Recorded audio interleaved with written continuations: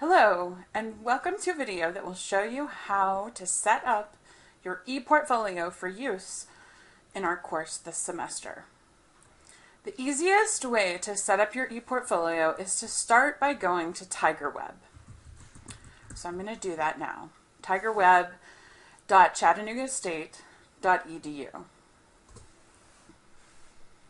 When you come here, you'll need to log in using your Tiger ID and password. I have mine set up to remember because I can never remember passwords. And I'll log in. Now, your TigerWeb is going to look a little different. Probably looks something like this. But over to the right, you'll find that in the third gray box, there's a place that says you can enter ePortfolio. So I'm going to go ahead and click that link. This is the easiest way to get there just because then you don't have to worry about knowing a user ID or password. TigerWeb will pass off its login information there. Now, when you come here, if you've never set up an ePortfolio before, this area that says My ePortfolios will probably be blank. What you want to do, even if you already have an ePortfolio, is go ahead and click Create. And actually, let me back up. If you have taken a college success course in the last year, or if you have already set up an ePortfolio with the new ePortfolio that does not look like what's on your screen right now, then you should wait and don't do what I'm about to do. But if you've never had an ePortfolio before, or if you have an ePortfolio but it looks like this with this format, then go ahead and click Create. And this is going to take us to a place where we're going to set it up. Now, notice that it says blah, blah, blah, new digication. We're just going to skip past this. We want to use the new digication. Okay? So I'm going to go ahead and click Use New. I'm going to give it a name. And what I'd like you to do is just give it your name. Okay? And I'm going to choose the student roadmap template.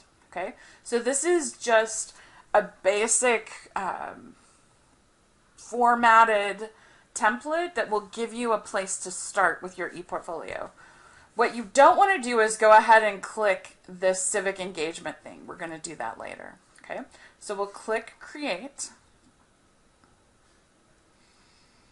And it's going to give us a little ePortfolio setup here. Now, you can come down here and you can see that there's all kinds of fun stuff here, including this welcome. Notice that it says that these are instructions that are only viewable while editing. The other thing that I want you to notice is that up here at the top in this yellow bar, it says your changes have not been published yet. You can go ahead and publish changes. Now before we do that, I want to show you this little toggle up here. And actually it's not going to let me do anything because I haven't published it. But if we toggle from edit mode to published view, then we'll be able to see what everyone else can see. This is the most common mistake people make with their ePortfolio. They come in here and they say, oh yeah, I've got all my stuff here. But they don't check the published view. Now it's not letting us do that, because we just created a brand new ePortfolio and we haven't published anything.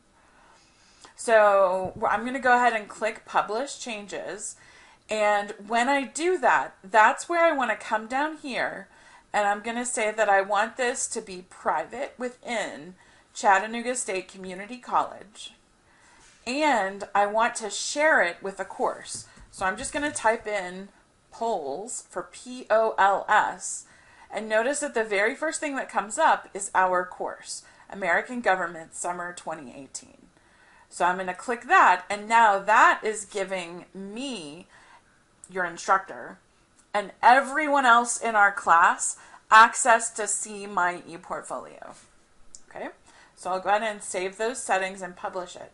That's a critical step, because otherwise I, as your instructor, will not be able to see what you, as the student, are doing. Okay. Now I can come up here and toggle to published view. And notice when I do that, those directions go away because those directions are only viewable while editing. So if you wanted to, this is where you could go ahead and customize your layout. And I just want to say that in your ePortfolio, you can make this look however you want. Okay, this is not working. I think what I have to do, why won't this let me do something? Okay. The ePortfolio requires a little, oh, because it's locked, of course. So I'm going to unlock the header. That's what I'm doing. And notice it says that I'm adding the header slide. So that means it's going to be changing the whole ePortfolio. So now I can come in here and type in my name.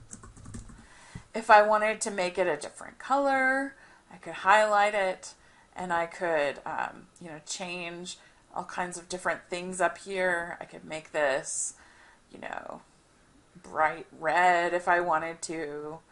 If I wanted to insert a math equation or make a hyperlink or anything like that, I could definitely do that. Okay. I can also add pictures. If I wanted to change the background here, I can click on the settings wheel and the settings will come up over here. So I could just like get rid of that and say, let's see, I would have to get rid of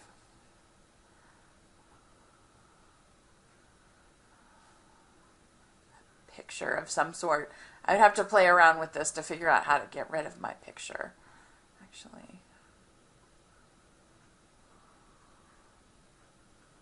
I'm not going to play with that too much right now because I don't care. So let's say that I just did that and I don't like it.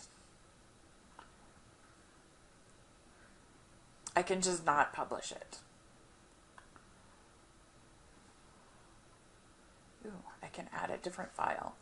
So I don't know if you guys caught that. I'm just kind of clicking around because things have changed since the last time I was here.